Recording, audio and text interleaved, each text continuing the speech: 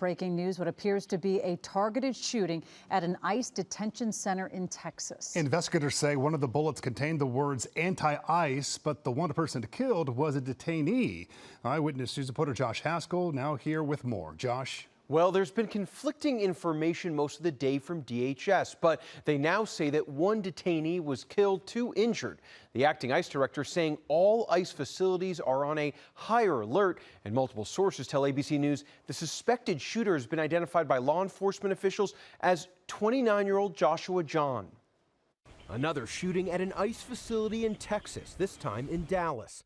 A detainee was killed and two detainees wounded when a sniper opened fire from an elevated position a couple hundred yards away. Early evidence that we've seen from rounds that were found near the suspected shooter contain messages that are anti-ICE in nature. FBI Director Kash Patel releasing images of the unspent shell casings, including one engraved with the phrase anti-ICE. No members of law enforcement were injured.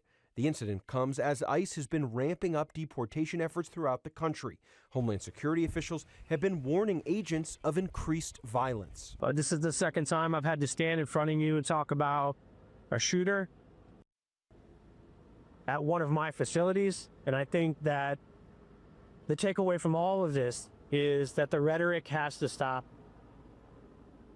There are people out there who are seeing what is being placed online, and they're coming and they're doing acts of violence against ICE employees. The shooter dead from a self-inflicted gunshot wound. DHS says he fired indiscriminately at the ICE building Wednesday morning. The FBI calling this a targeted act of violence. Two Texas ICE facilities were targeted in July. A police officer shot in Alvarado and another shooting in McAllen. The LAPD closely monitoring the Dallas shooting. We look to see what are the issues and could there be copycats? Could there be a bigger picture than we're seeing initially?